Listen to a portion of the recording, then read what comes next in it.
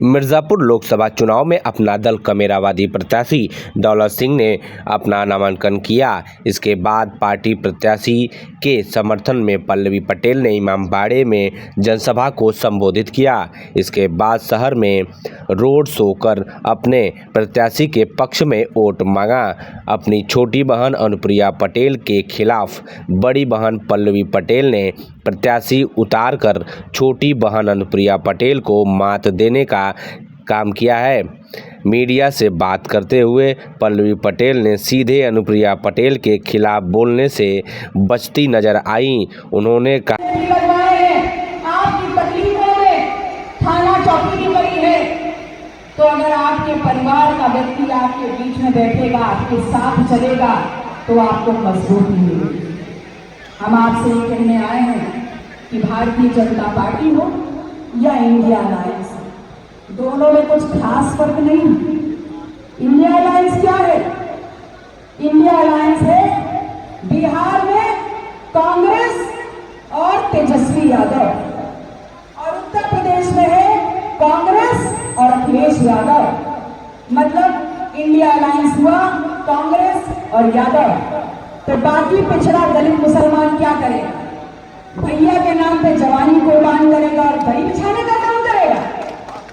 अगर आप भागीदारी नहीं दे सकते हैं तो ये पिछड़ा दलित मुसलमान, जिसने घंटों लाइन में खड़े होकर के आपको जिताने के लिए एक छत होकर के मुहिम छेड़ी है, अब वो किसी को ना हराएगा ना किसी को जिताएगा। अब वो सिर्फ अपने अस्तित्व के लिए लड़ेगा और अपने बीच के बेटे, अपने बीच के भाई को आगे ले जाकर के अपनी बात सदन में उठाएगा और अपनी बात कहलवाएगा।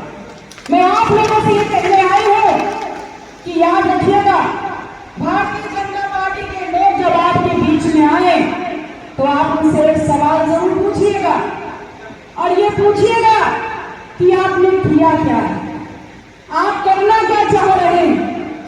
आपने वादा किया था रोजगार देंगे, तो रोजगार की परिभाषा क्या है?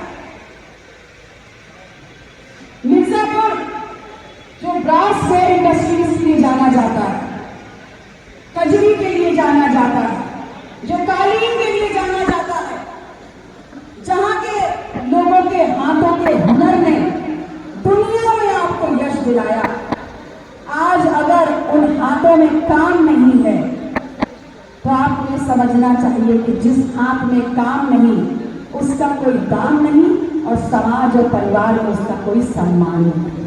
तो इस सम्मान को वापस लाने के लिए, अपने हाथों का काम वापस लाने के लिए, भारतीय जनता पार्टी को इसका मूल चरित्र दिखाने के लिए और मूल औकात दिखाने के लिए आपको पीडीएम का साथ देना होगा। बहुत मौके मुझे मिले आगे। और अपना दल की राष्ट्रीय अध्यक्ष पटेल राजमाता कृष्णा पटेल जी ने हमको ये आशीर्वाद दिया, ये संकल्प दिलाया, और इस पीडीएम मोर्चे का कोऑर्डिनेटर समन्वय बना करके इस आशा और विश्वास के साथ आपके सामने खड़ा किया कि ये लड़ाई युवा शक्ति लड़ेगी, और युवा शक्ति जब जब मैदान में उतरती है तो आप सबने सुना होगा कि जिस तरफ जवानी चलती है उस तरफ ये राजनीति मूर्ति चली जाती है। मैं सर्वप्रथम मिर्जापुर की इस पावन धरती पर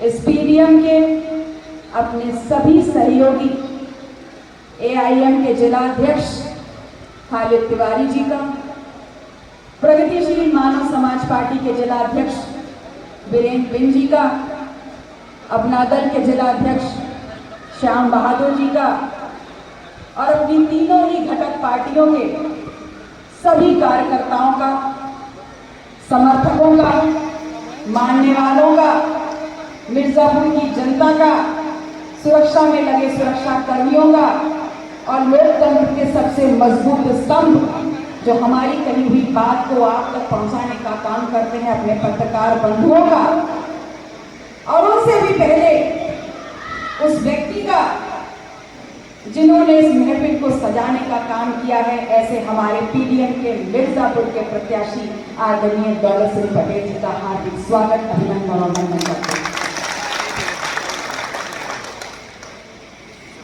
अपना दल की मुहिम रही है और अपना दल एक नया नाम नहीं, हमारी मुहिम रही है हमेशा से, सन 1995 से, कि दलित पिछड़ा मुसलमान के हक और हुकूक की लड़ाई लड़ी जाए, पूरी ताकत से लड़ी जाए, सड़क से लेकर सदन तक लड़ी जाए। और हम इस संकल्प के लिए प्रतिबद्ध हैं। और जितने कार्यकर्ता मिर्जापुर में होंगे, चाहे उत्तर प्रदेश में होंगे, उनकी रगों में ये प्रतिबद्धता बहती है। वो सांस लेते हैं तो प्रतिबद्ध है इस संकल्प के लिए। तो आज ये पीडीएम कुछ नया नहीं, बस फर्क सिर्फ इतना है कि आज इस लड़ाई में हमारे साथी और हमको ताकत देने के लिए जुड़ गए।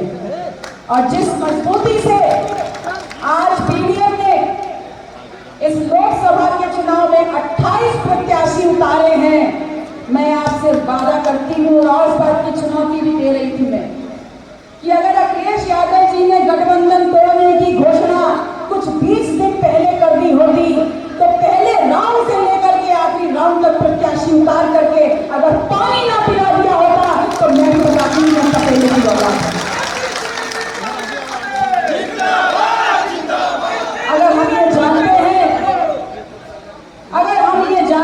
कि आपकी जब पूर्ण बहुमत की सरकार थी और 2012 में जब आपकी सरकार गई तो आप मात्र 47 विधायक लेके चुप बैठ गए थे। उन 47 विधायकों को 2022 में 111 विधायक राजमाता कृष्णा पटेल की वजह से मिले। इसको आगे बढ़ाने का काम करना चाहिए। लेकिन विकास की परिभाषा हमने समझाई जाती है रोड, खरंजा, नाली और लाइट, लेकिन विकास ये है नहीं।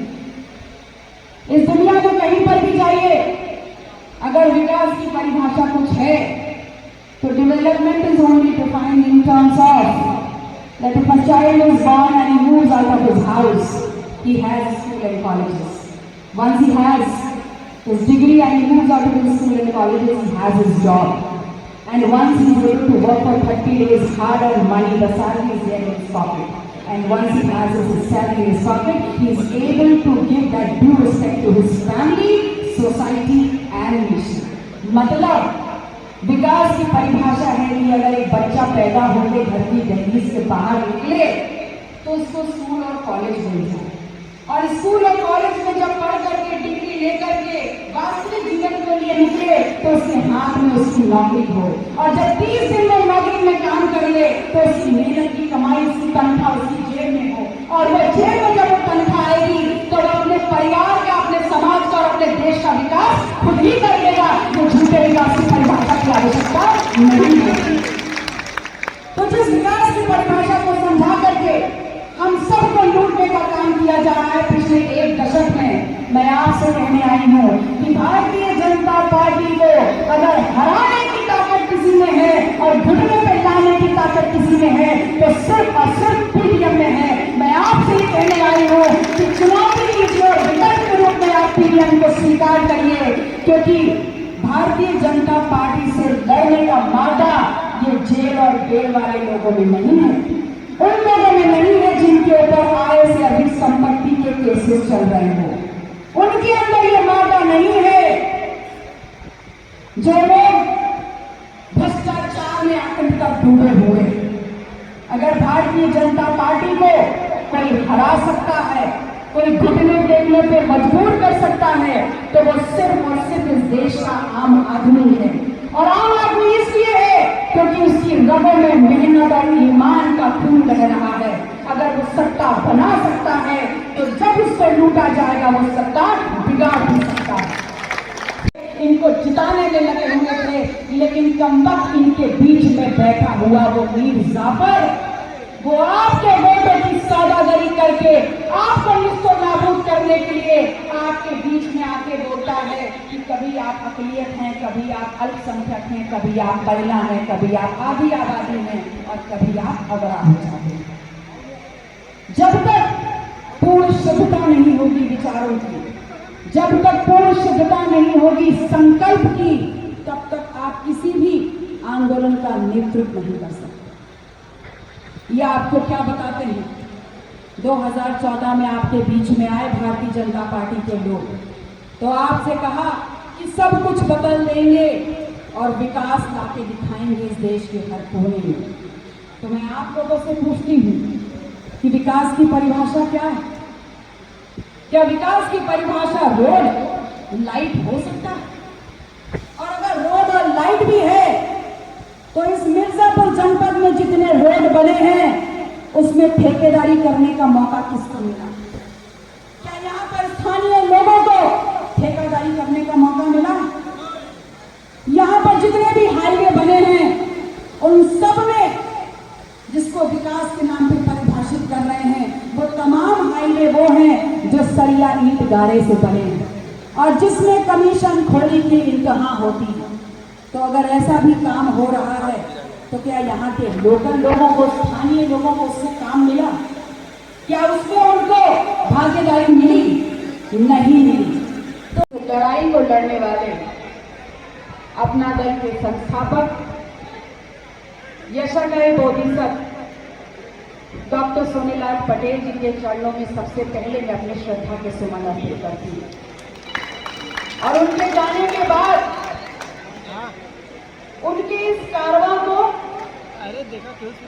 बिना रुके, बिना डरे और बिना दबे इस देश की राजनीति में तमाम उतार चढ़ाव के बाद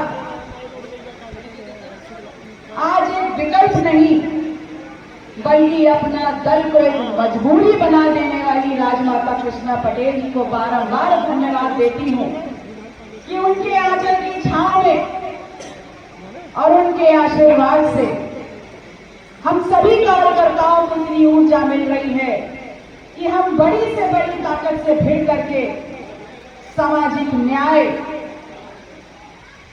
इस शोषण के खिलाफ अपनी आवाज को बुलंद कर रहे हैं। और बहुत फक्र है इस बात का कि जब हमको मीडिया के माध्यम से ये बताने का काम किया गया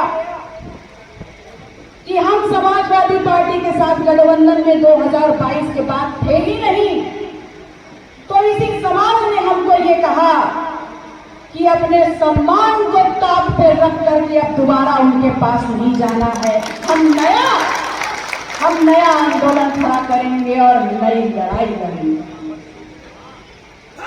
ये पीडीएम